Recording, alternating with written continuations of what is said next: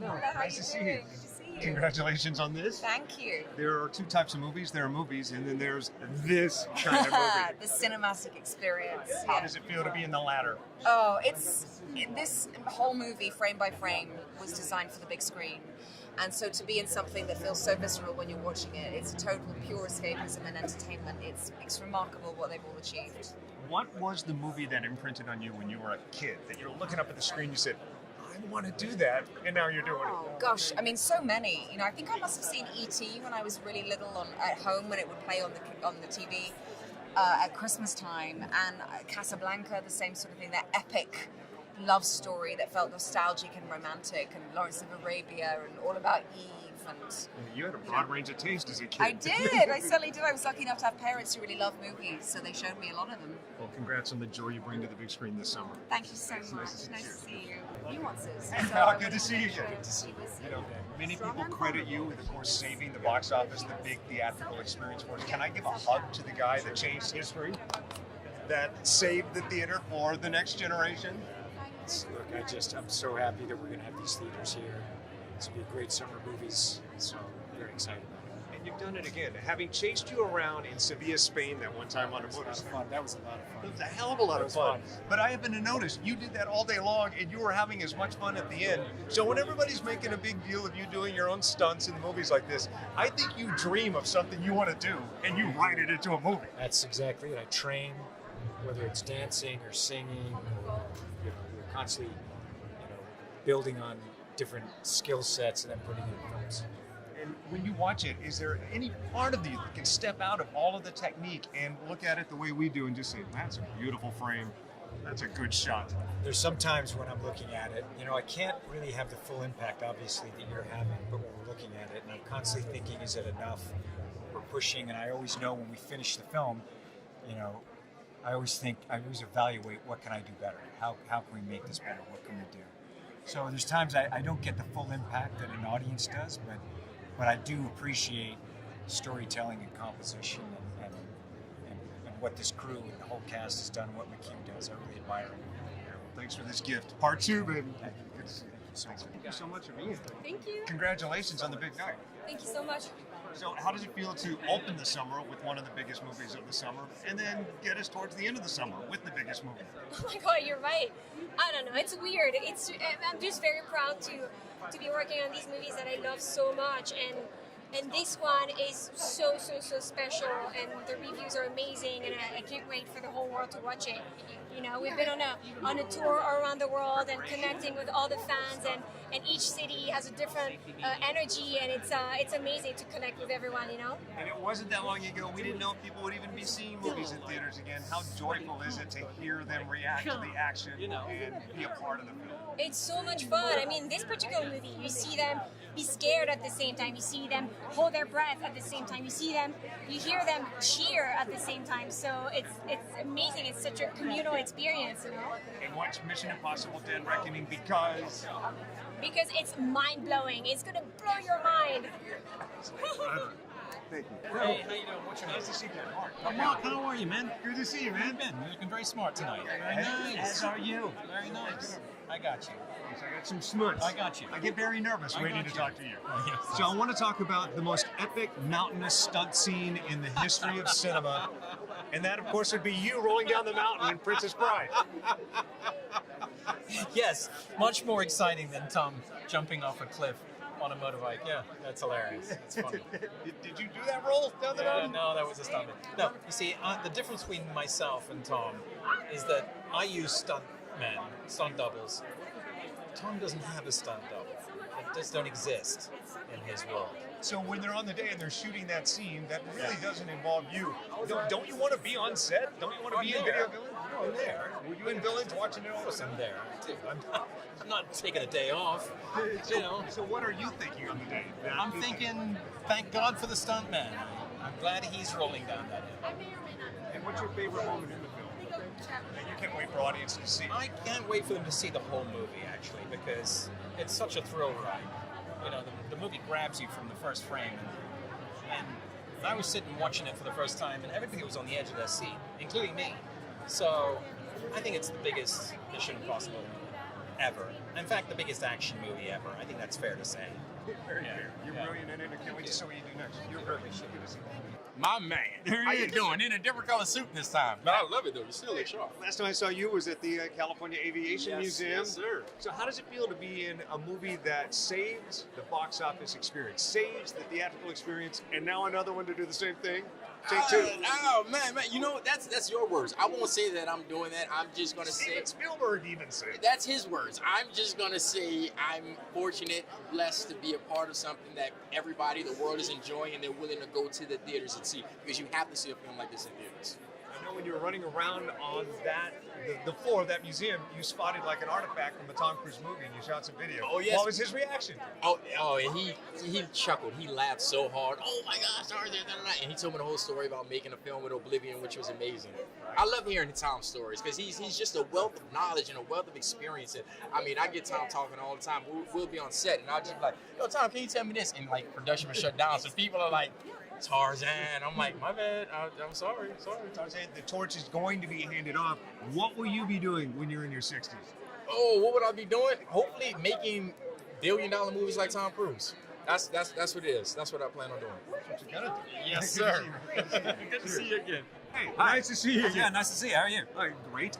Excited about telling people about this, but if I could just take advantage of this moment, we're coming up on almost 20 years of Shaun of the Dead. I know. Where did that go? Yeah, we were filming it 20 years ago.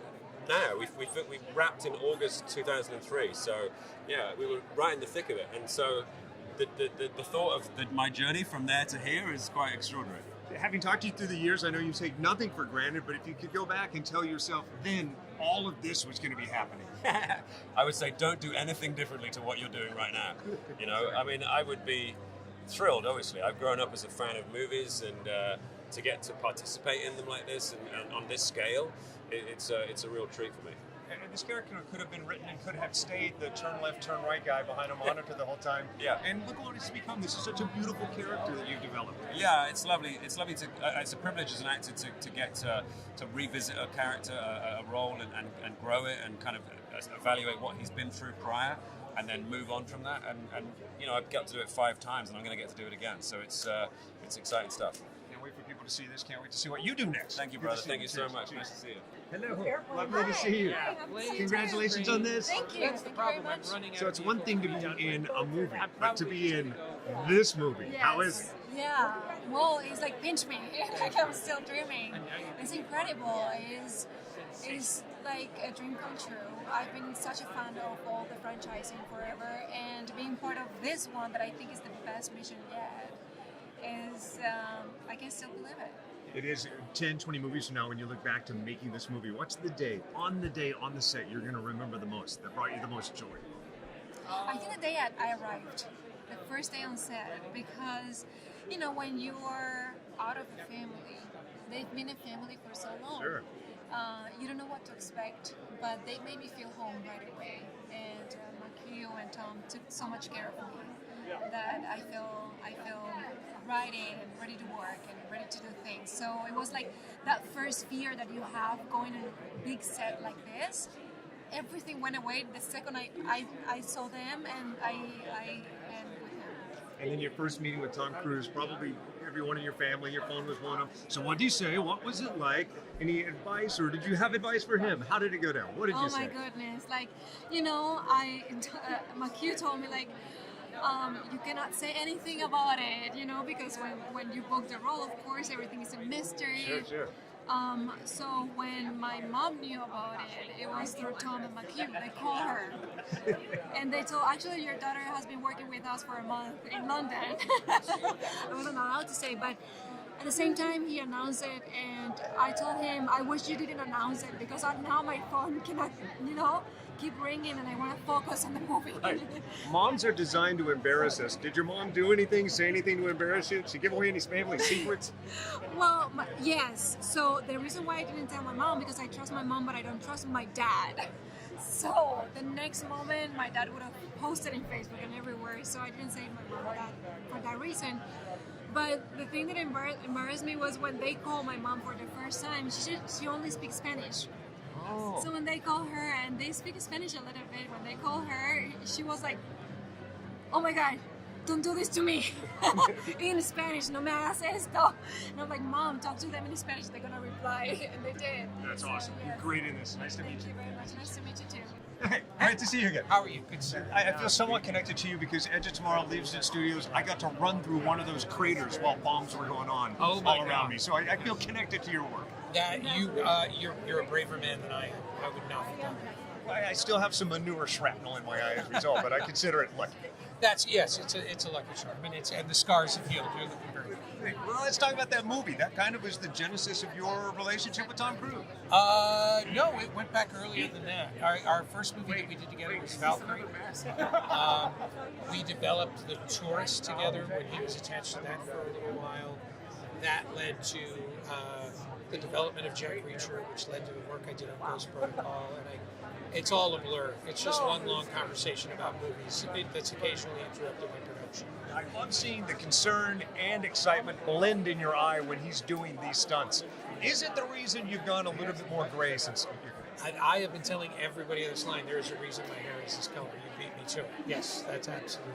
Talk about what it's like to be there on the day, looking at, you're in virtual village, looking into a monitor at somebody whose life is really at stake, making cinema history. It gets your attention. You are very much living in present time at that moment.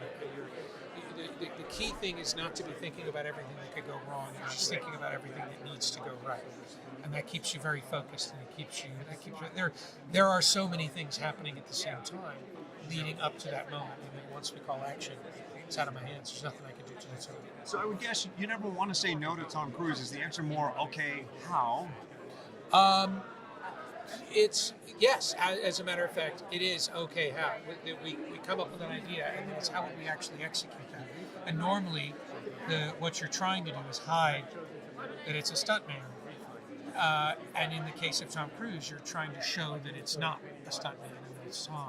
That creates enormous engineering challenges, enormous logistical challenges. And how do I put the camera there to capture the stunt and make sure that the camera doesn't kill Tom while he's doing it? That's really the man. You seem beautiful. Oh, Nice thank to you see so much. Hi, good to see you again. How are you? So as excited as my family and I are to see this movie, when my family knew I was talking to the guy from Ozark, they're like, oh my God, that's amazing. Thank you. It was a great job. Talk about this. How does it feel to be in yet another movie that's helping us keep cinema in the theater alive? I mean, that's it. You know, there's a separate experience. It's not the same when you're at home and you can push pause and you can go and come back and rewind. It's not the same. When you're in a theater, it's like in a play. It's like, this is it. Now, you can go watch it again, but you have to really pay attention. And you also share an experience with a bunch of people you may or may not know. And that, I think, brings us together as a humanity, you know, to see what other folks react to or don't react to. Sure. It's very informative, and I think it's there's a silent language or a thread that makes us emote or react, at the same time. That connects us, that reminds us we are part of the same human race. It's that empathy that live theater gives us. Theater also gives us that, just in a different way. Empathy, I'm all about it. Hey, Isai Morales, empathy. Thank you.